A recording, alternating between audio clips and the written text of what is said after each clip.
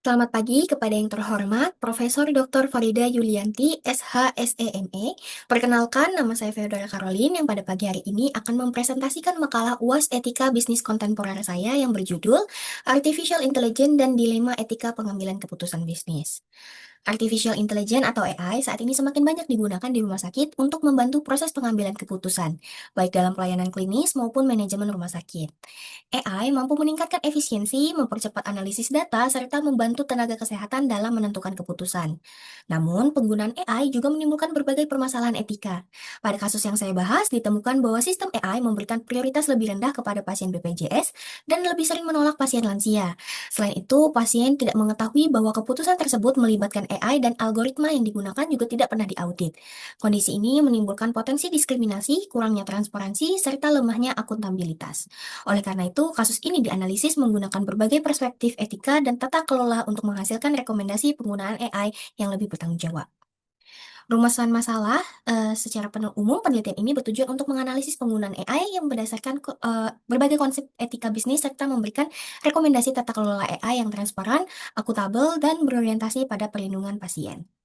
Tujuan dari penulisannya adalah untuk menganalisis kasus penggunaan AI di rumah sakit, mengidentifikasi dampak etis dan manajerial yang timbul, serta menyusun rekomendasi mengenai tata kelola penggunaan AI, kebijakan etika digital, mekanisme audit, dan juga strategi perlindungan serta strategi komunikasi publik. Untuk manfaatnya terbagi menjadi dua, manfaat teoritis yaitu menambah pemahaman mengenai penerapan AI dan juga manfaat praktisnya adalah untuk menjadi masukan bagi rumah sakit dalam menyusun tata kelola AI yang transparan, akuntabel, dan berorientasi pada keselamatan pasien. Selain itu juga dapat menjadi dasar penyusunan kebijakan etika digital, mekanisme audit, dan juga strategi perlindungan pasien serta komunikasi publik yang mendukung implementasi AI yang bertanggung jawab.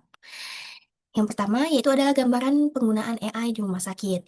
AI dimanfaatkan untuk membantu diagnosis penyakit, memprediksi risiko komplikasi, memperkirakan lama rawat inap, serta mengatur kapasitas tempat tidur hingga membantu pengambilan keputusan manajerial.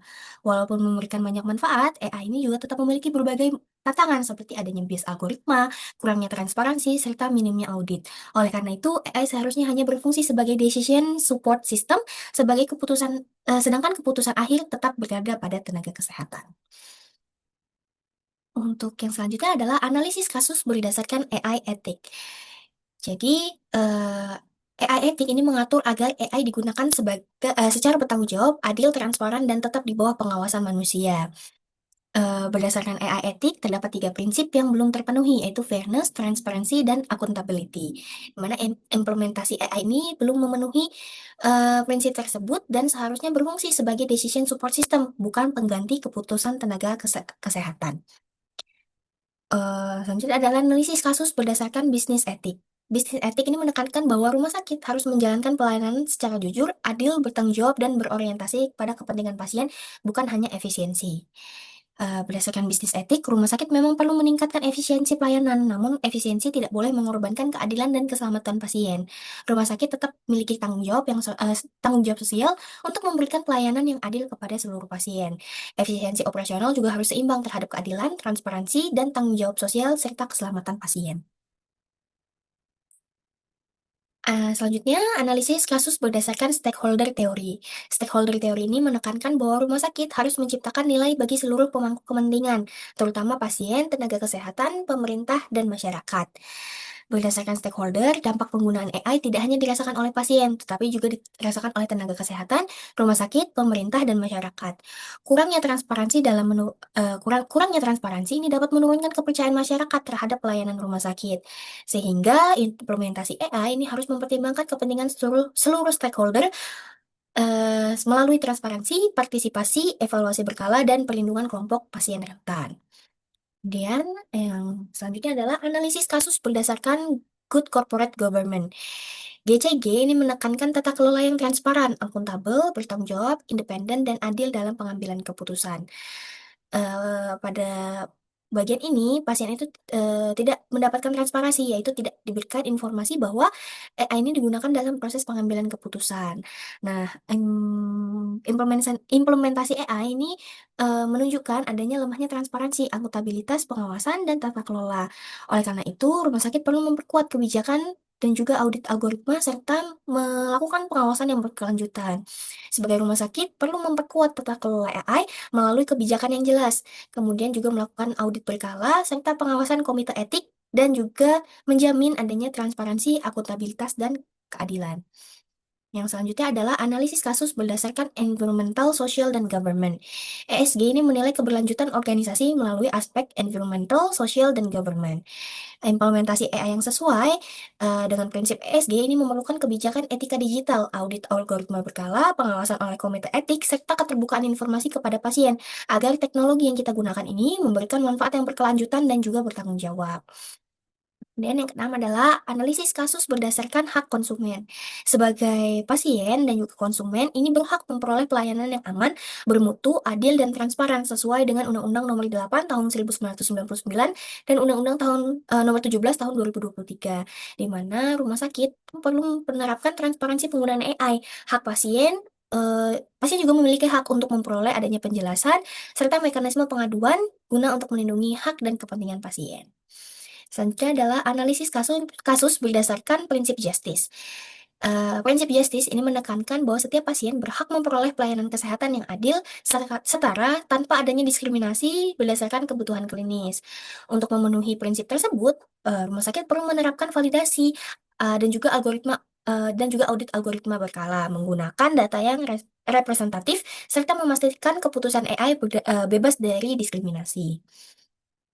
Yang selanjutnya adalah analisis kasus berdasarkan prinsip beneficent dan non-maleficent.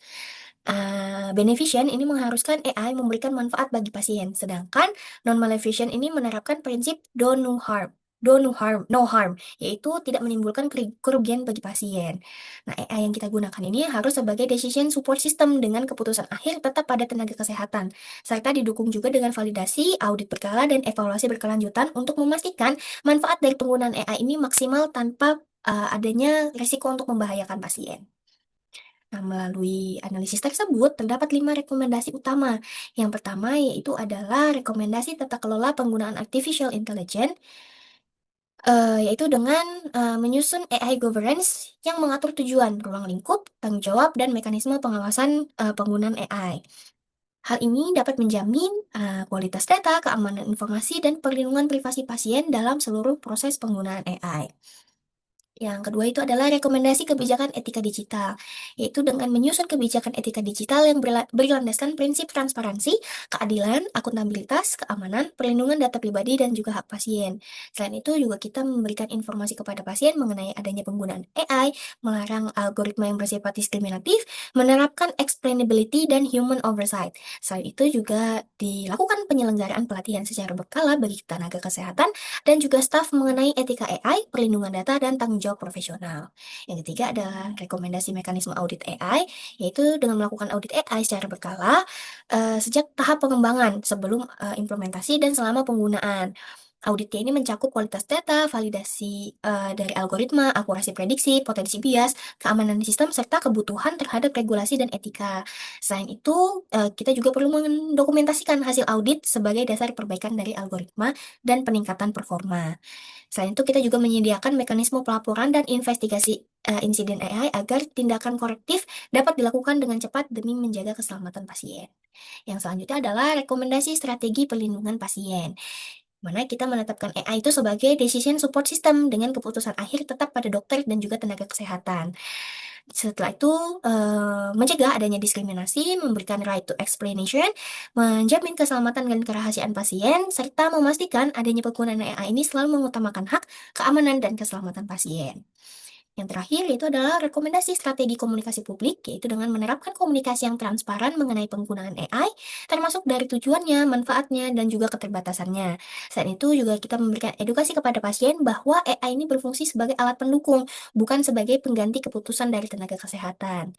Setelah itu kita juga menyediakan adanya kanal komunikasi dan pengaduan, menindaklanjuti setiap pengaduan secara objektif, dan menyampaikan hasil evaluasi serta perbaikan implementasi AI secara berkala untuk meningkatkan kepercayaan publik, memperkuat reputasi rumah sakit, serta mendukung penggunaan AI yang etis, transparan, akuntabel, dan berorientasi pada keselamatan pasien.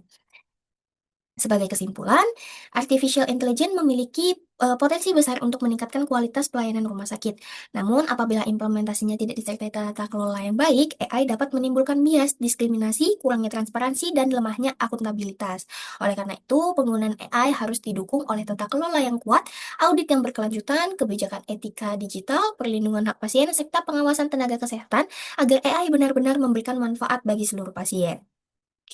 Berikut adalah beberapa saran yang dapat dilakukan untuk penggunaan AI, demi meningkatkan kualitas pelayanan rumah sakit. Ada menyusun kebijakan tata kelola AI, kemudian memastikan AI digunakan sebagai decision support system, melakukan audit secara berkala, memperkuat perlindungan hak pasien, dan melakukan penelitian lanjutan terkait dengan dampak AI terhadap mutu pelayanan, keselamatan pasien, efisiensi, dan juga tata kelola rumah sakit. Berikut adalah daftar pustaka yang saya gunakan. Baik, sekian presentasi yang dapat saya sampaikan mengenai makalah artificial intelligence dan dilema etika pengambilan keputusan bisnis. Mohon maaf apabila terdapat kekurangan ataupun kesalahan dalam penyampaian. Semoga presentasi ini dapat berguna dan bermanfaat bagi kita semua. Saya tutup dan saya ucapkan terima kasih.